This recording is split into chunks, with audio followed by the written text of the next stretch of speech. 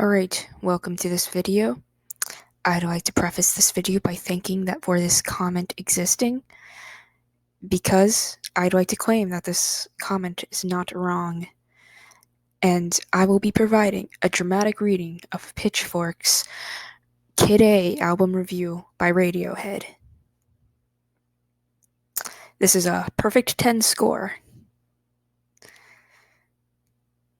I had never even seen a shooting star before. 25 years of rotations passes through comets' paths and travel, and to my memory, I had never witnessed burning debris scratch across the night sky. Radiohead were hunched over their instruments. Tom York slowly beat on a grand piano, singing, eyes closed, into his microphone like he was trying to kiss around a big nose. Colin Greenwood tapped patiently on a double bass, waiting for his cue. White pearls of arena light swam over their faces. A lazy disco light spilled artificial constellations inside the aluminum cove of the makeshift stage. The metal skeleton of the stage ate one end of Florence's Piazza Santa Croce. On the steps of the Santa Croce Cathedral, Michelangelo's bones and cobblestone laid beneath. I stared entranced, soaking in Radiohead's new material, chiseling each sound into the best functioning parts of my brain, which would be the only sound and system for the material for months.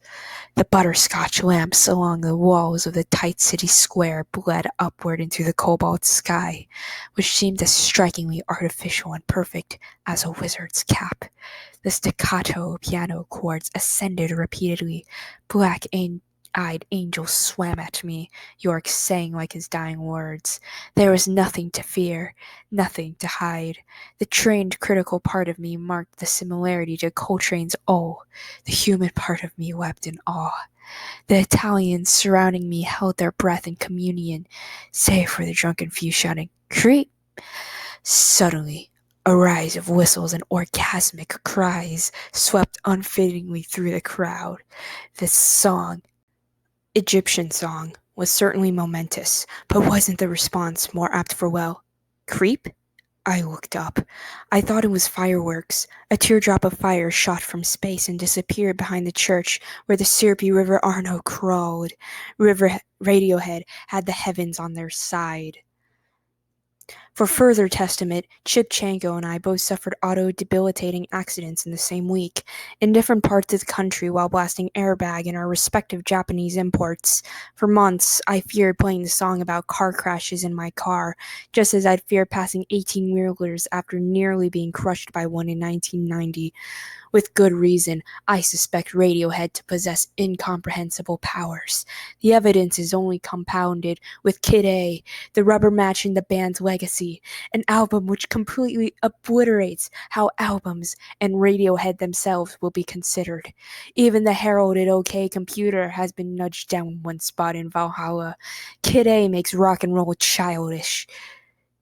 Hold on. Considerations on its merits as rock, its radio fodder potential, its guitar riffs, and its hooks are pointless.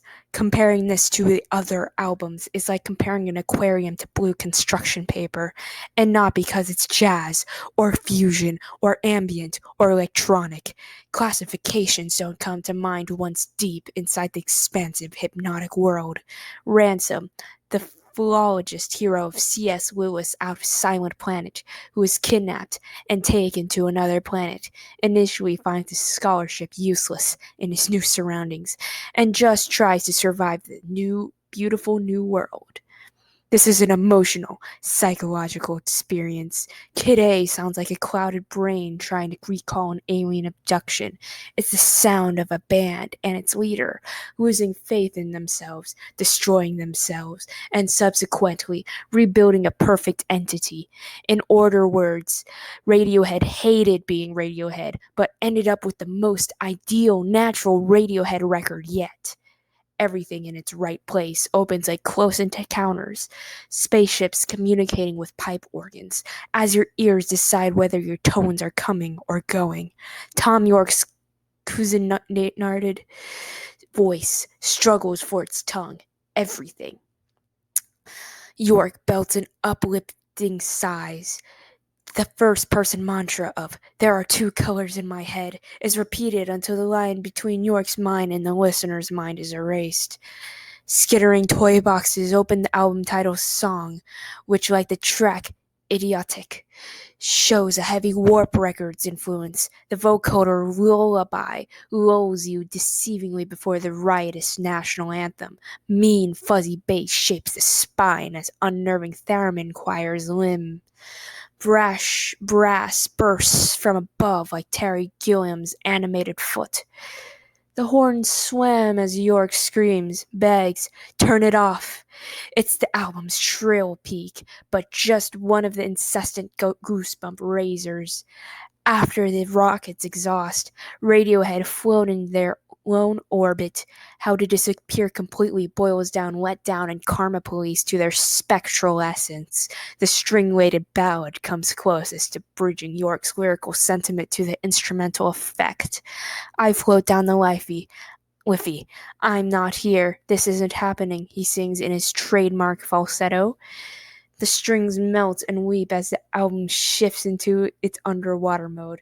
Tree Fingers, an ambient soundscape similar in sound and intent to side B of Bowie's Enos Low, claims after the record's emotionally strenuous first half. The primal brooding guitar attack of optimistic stomps like mating tyrannosaurs. The lyrics seemingly taunt, "Try the best you can, try the best you can," before revealing the more resigned sentiment. The best you can is good enough. For an album reportedly lacking in traditional Radiohead moments, this is the best summation of their former strengths. The track rose into a light jam before morphing into "In Limbo, I'm Lost at Sea." York cries over clean, uneasy arpeggios.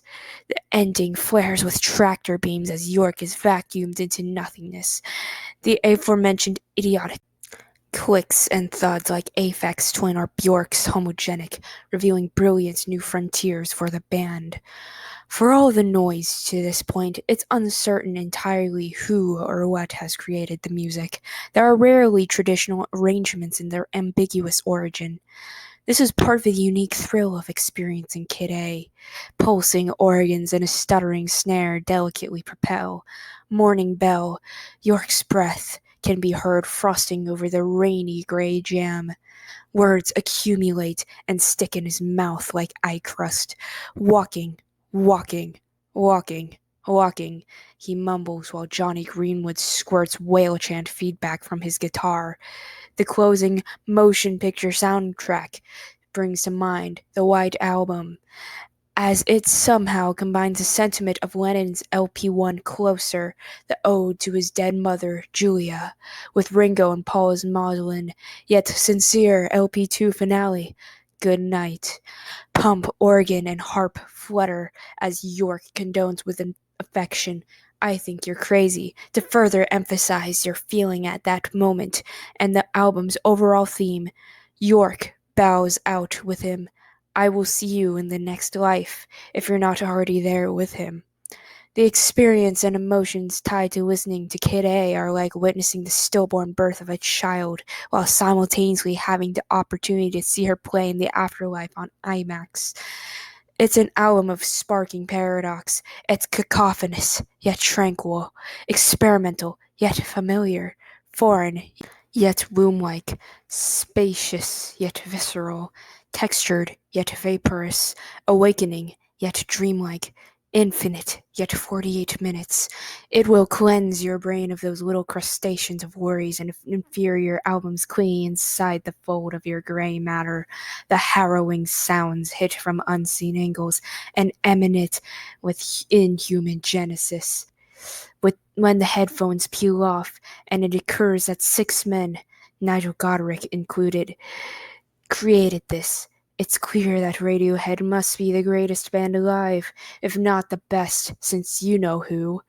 Breathing people made this record, and you can't wait to dive back in and try to prove that wrong over and over. Well, that sure was something. All I gotta say is, sir, this is Pitchfork, a music reviewing site, not Wattpad. You could probably post your Radiohead fanfic there. I'm sure they'll accept it.